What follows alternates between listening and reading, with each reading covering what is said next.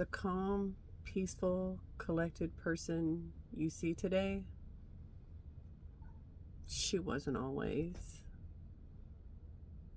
I wasn't always this calm, peaceful, or collected. I was a fucking hot mess. Really. Chaos in human form. But this right here, it's the power of healing. This is what happens when you stop running away from your trauma and you actually process it. Healing doesn't erase who you are. It transmutes you. It turns pain into purpose. Wounds into wisdom. And this isn't me just trauma dumping, okay? This is me trauma analyzing. Because if I can understand it, I can teach it. And if I can teach it, maybe somebody else won't feel so stuck in theirs. So let's go back. Way back. I grew up in chaos. Abuse wasn't the exception. It was the air I breathed. My father was terrifying.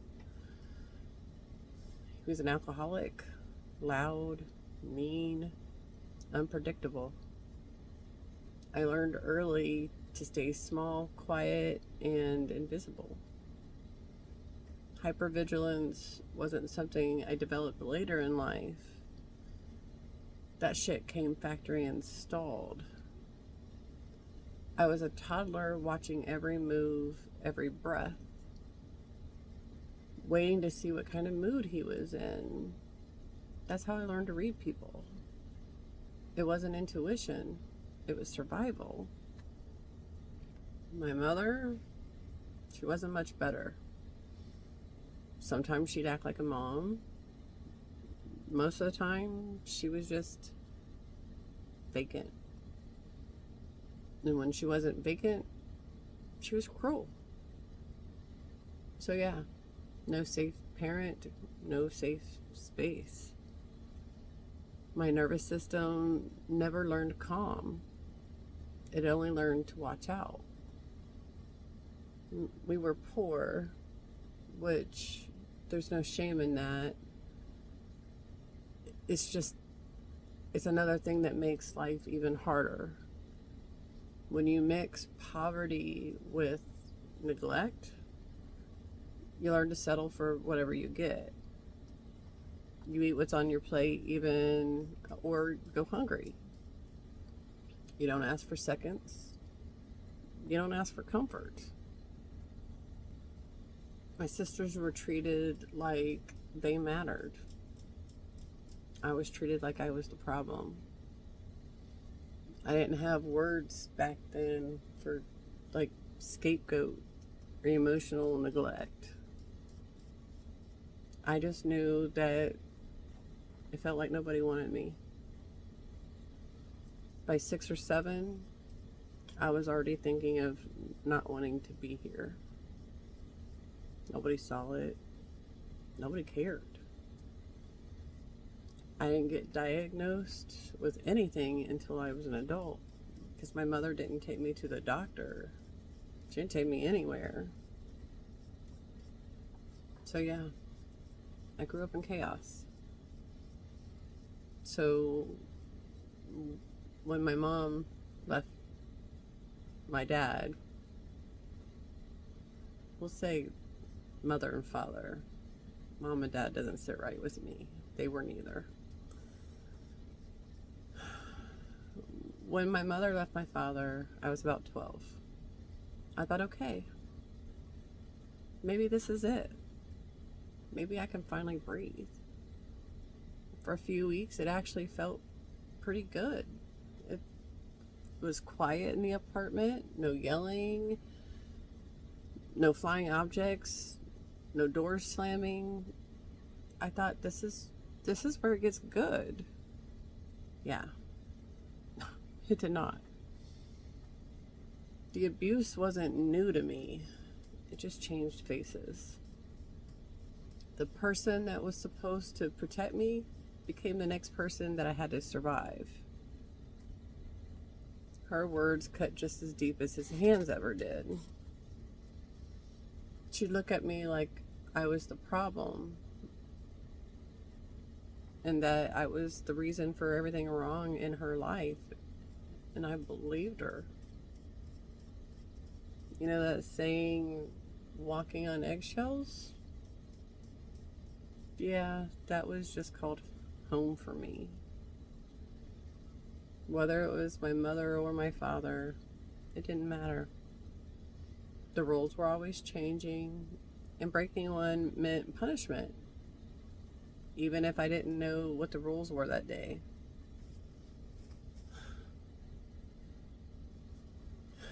Looking back now, I see it for what it is.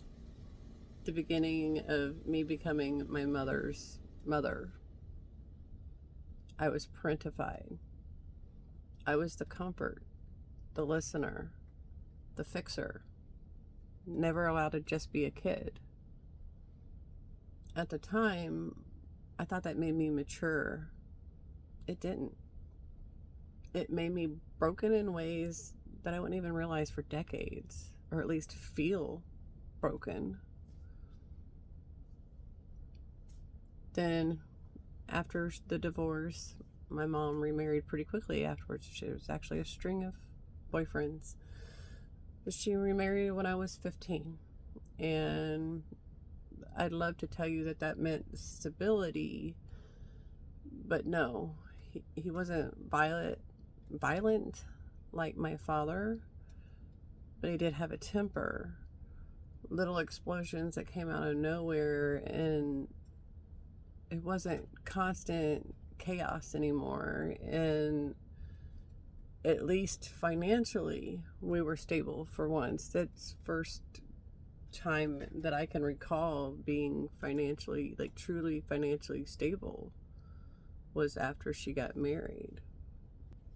Anyway, it wasn't violent like my father, yet there was occasional thunder with long stretches of silence. I honestly didn't know what to do with that. He had one kid, a son, my bub, and suddenly 2 girls living at home. He didn't know how to handle that. And I sure as hell didn't know how to handle him. So we mostly kept our distance. I'd argue with him here and there, but it wasn't hate. It was more like, you're not my dad, so don't try to be. That was the vibe for a really long time. I didn't trust him. I didn't fear him either.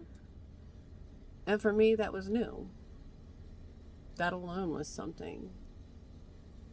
We had a weird, awkward relationship those years between 15 and 18. Not close, not comfortable, but not dangerous either. Just uneasy. But then something shifted when I got older. I got pregnant at 18. And it's like something clicked for him. Maybe he finally saw me as his instead of hers.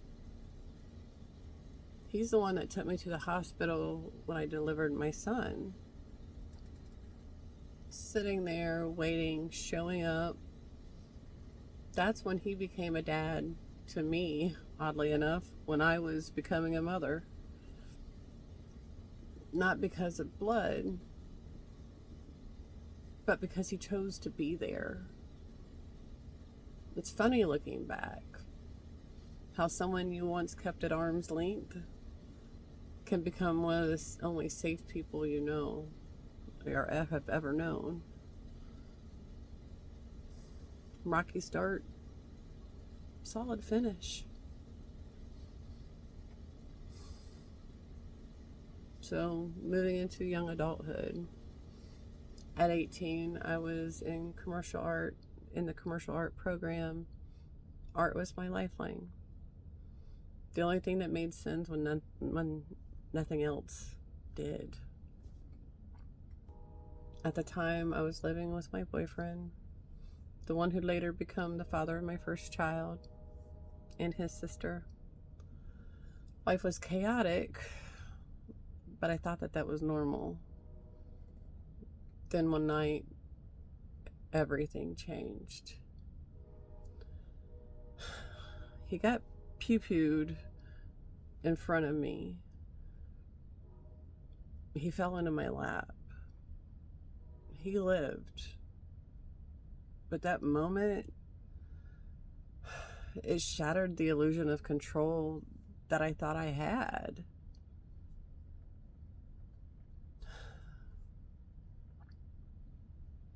That's a story I'll tell you another day. There's a lot to unpack there. So after that, I moved back home to my mother's house. I thought things would calm down, but instead I found I was pregnant. 18, scared, completely unprepared. I tried to stay in the art program for a while, but my life was completely unraveling. So between the chaos, the stress, the pregnancy, I couldn't keep up. I dropped out. It was sophomore, junior year. That decision haunted me for years. But when my baby was 2, I went back and I got my GED. So yeah, I fell, but I got the fuck back up.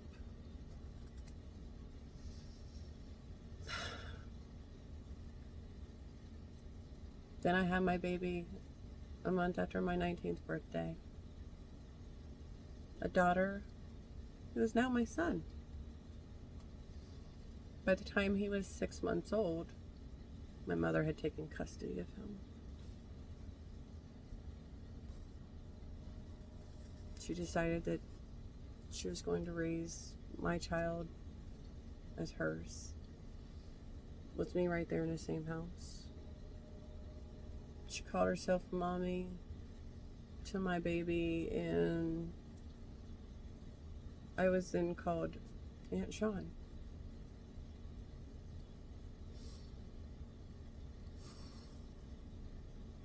That kind of betrayal, it breaks something in you. So I left.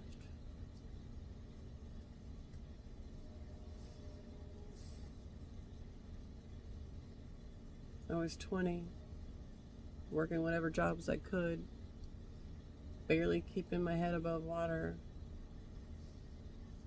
Got my first apartment when I was, at that same time frame, 20. Didn't last long. She kept bringing married men home.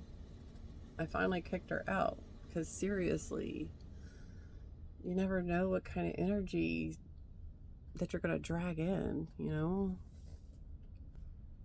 Eventually a couple more years go by and I'm 22. I started dating again. Actually, I started dating at 21.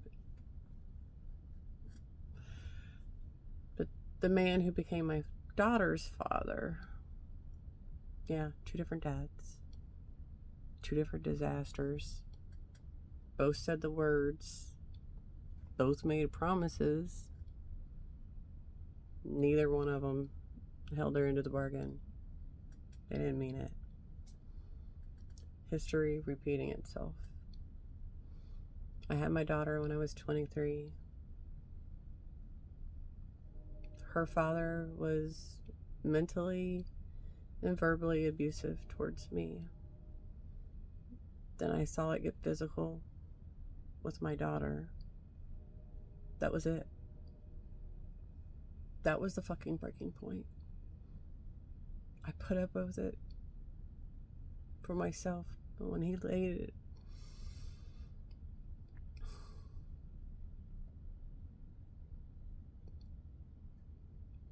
you,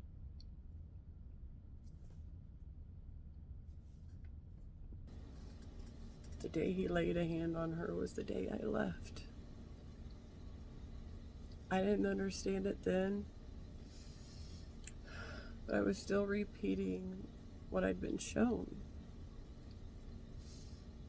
I kept choosing what felt familiar because familiar felt like home, even when home is what always hurt me. That's the trap of trauma. You mistake survival for love. So after leaving my daughter's father, it was just she and I. My mother still had custody of my oldest. So it was the two of us against the world. We lived in a little split house, a little duplex. Half a dream, half the duplex. It wasn't much. It was hours.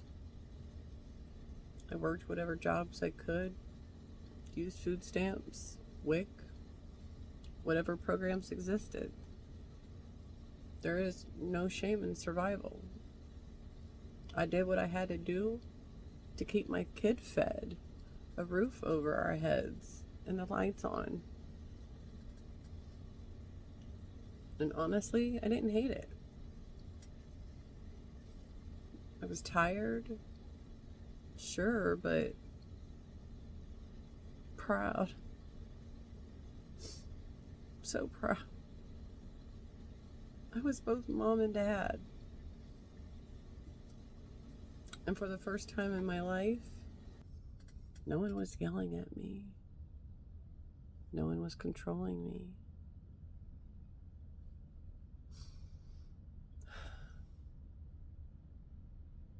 The peace was worth the exhaustion. We'll put a pin on that because that pattern's coming back later. This is about the marriage, the quiet before the storm. After everything I had been through, I really believed I had found something different. He seemed calm, stable, nothing like what I grew up in. But what I thought was peace was really just a quiet before the storm. So I was 26 when we got together and got married. We moved very fast. Then very shortly after, he joined the military. I told myself it was for us, for stability, for a future. Looking back now, I see it for what it is, or for what it was anyway. Isolation dressed as opportunity.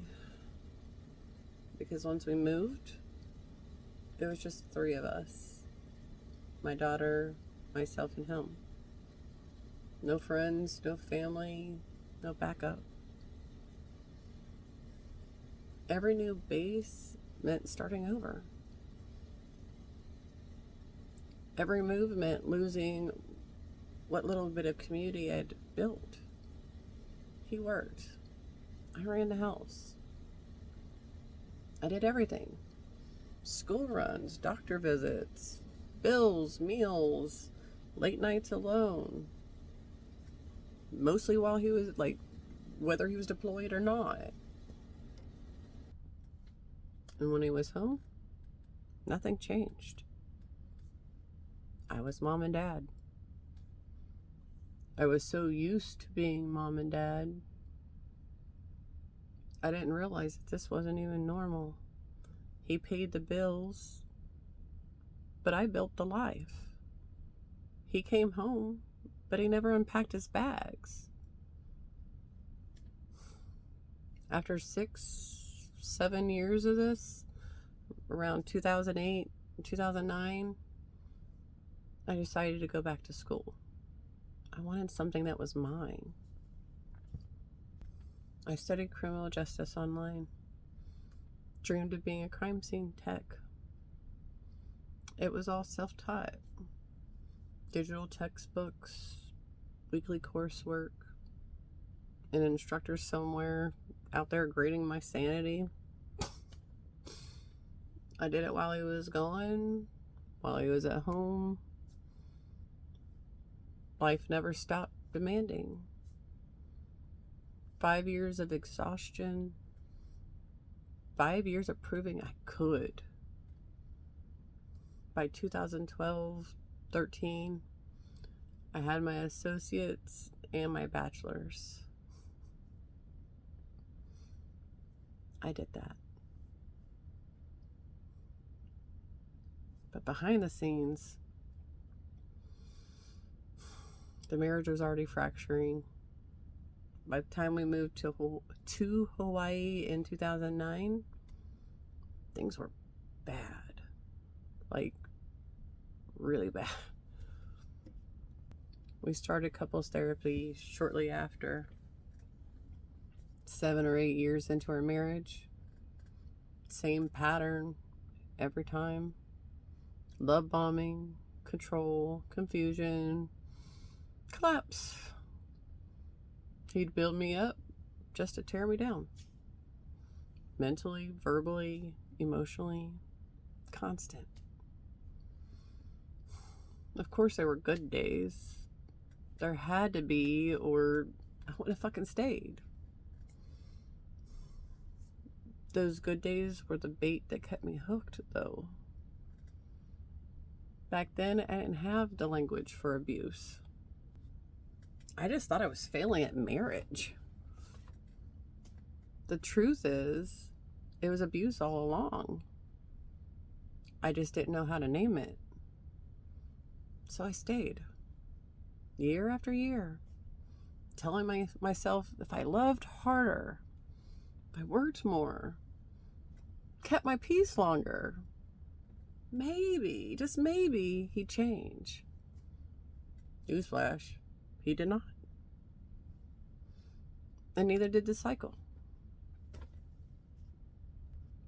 So by Christmas 2021, everything had fallen apart. We split that day. And yet, like so many other trauma-bonded couples, we circled back again. By March 2022, we were trying one more time. Later that year, we sold our house, moved full-time into our RV. That was fall of 2022, September, October-ish. Traveling, living on top of each other, nowhere to run, nowhere to fucking breathe.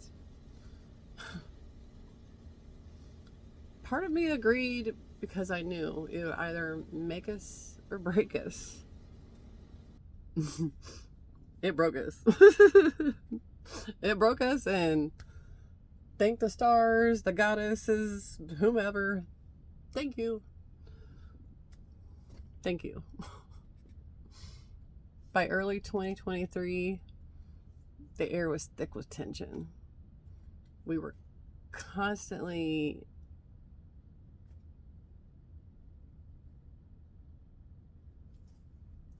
that was 2023. I thought my math was off. Anyway, we were constantly arguing. One February evening, I was painting, trying to distract myself. I was actually painting a statue for my friend Angie. Anyway, the fighting started again. I asked him like 5-6 times that evening if he wanted a divorce. When he finally said yes, I was like, good. I told him I want you to be the one to pack your shit and go. He tried to hug me goodbye. I told him no. That was February 28, 2023, the day he left. The day I stopped asking for permission to fucking exist. the fallout. The fallout didn't stop there. Because when a marriage like this ends, it doesn't just split two people. It ripples through fucking everything. Not long after, I became estranged from my adult children.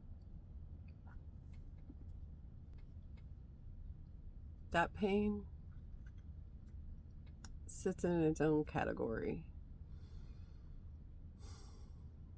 The kind that cracks your soul open in silence.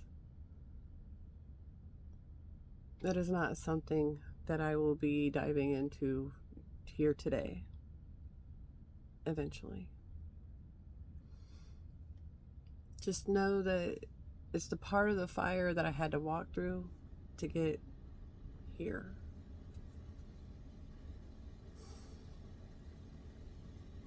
So, within days of him leaving, I enrolled in coaching school because I needed something like to move forward, to not just run from him. I started on March 5th. It was a 6-month to a year program. It took me the full year because healing and building yourself at the same time is hard as fuck. And it is not fast work in the slightest. The year was brutal. In July of that year, my dog, my best friend, Calais, of 15 years, she died. That one gutted me. She was the last living thread to my old life. And it was more than that. She was my fur dog to her. And when she died,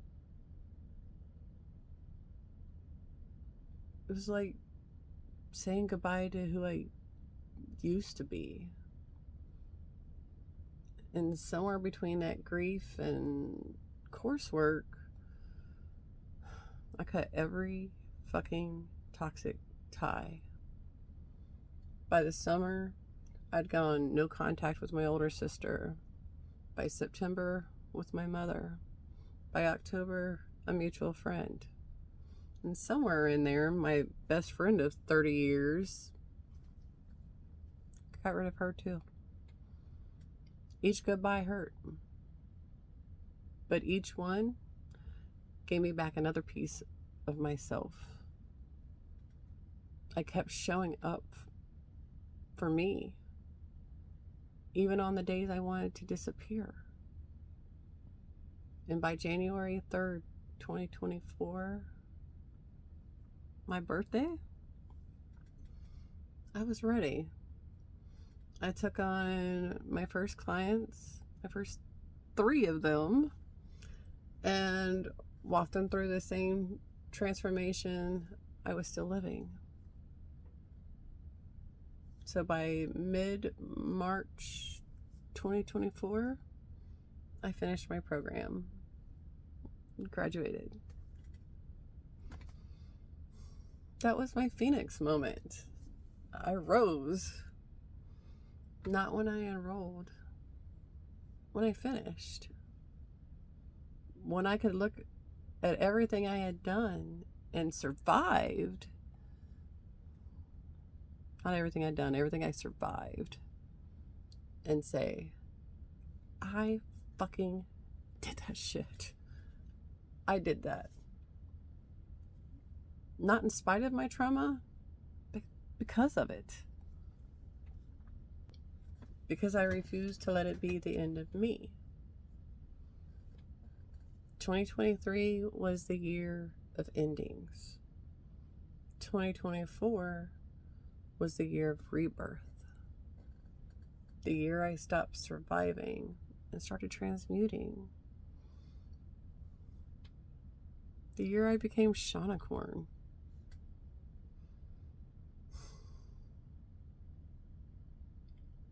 So, that's my life experiences.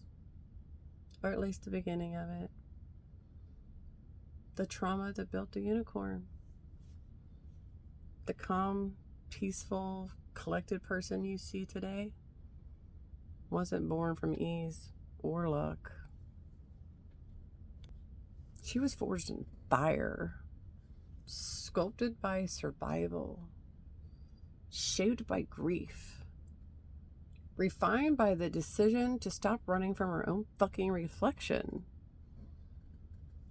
For a long time, I didn't know I was being abused. I didn't have the words. All I knew was pain. But pain can be a teacher if you stop pretending it's normal. Everything I've shared here, it's not trauma dumping. It's trauma analyzing. It's looking back through the eyes of someone who made it out. Someone who learned the language of healing. Who finally understands why she stayed and how she fucking broke free. I'm not sharing this for pity. I'm sharing it for perspective. Because maybe you lived through something similar. Maybe you blamed yourself. Maybe you called it a rough patch. Maybe you told yourself you were too sensitive. You weren't. Healing doesn't erase who you are. It transforms you. It's not pretty. It's not quick. It's messy. It's lonely. And it will break you open before it fucking rebuilds you. But when it's done, you'll see all those shattered pieces weren't waste. They were ingredients. You just had to learn to rearrange them into something stronger.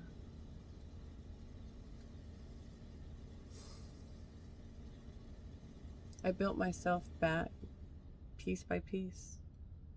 And this is just the beginning. Every week I'll be sharing more of my stories and life experiences. Not to relive the pain, but to reveal the lessons.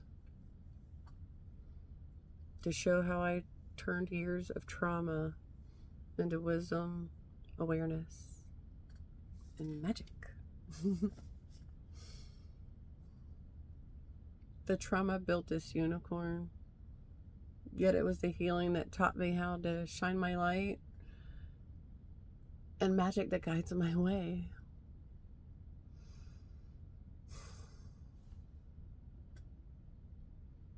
I'm Shawnicorn. Thank you for watching. I love you all. If you stayed this long, I super duper fucking appreciate you, because I know this was a long-winded bitch. My bad. I'm leaving all the bloopers and bleepers in here too. Love you, bye.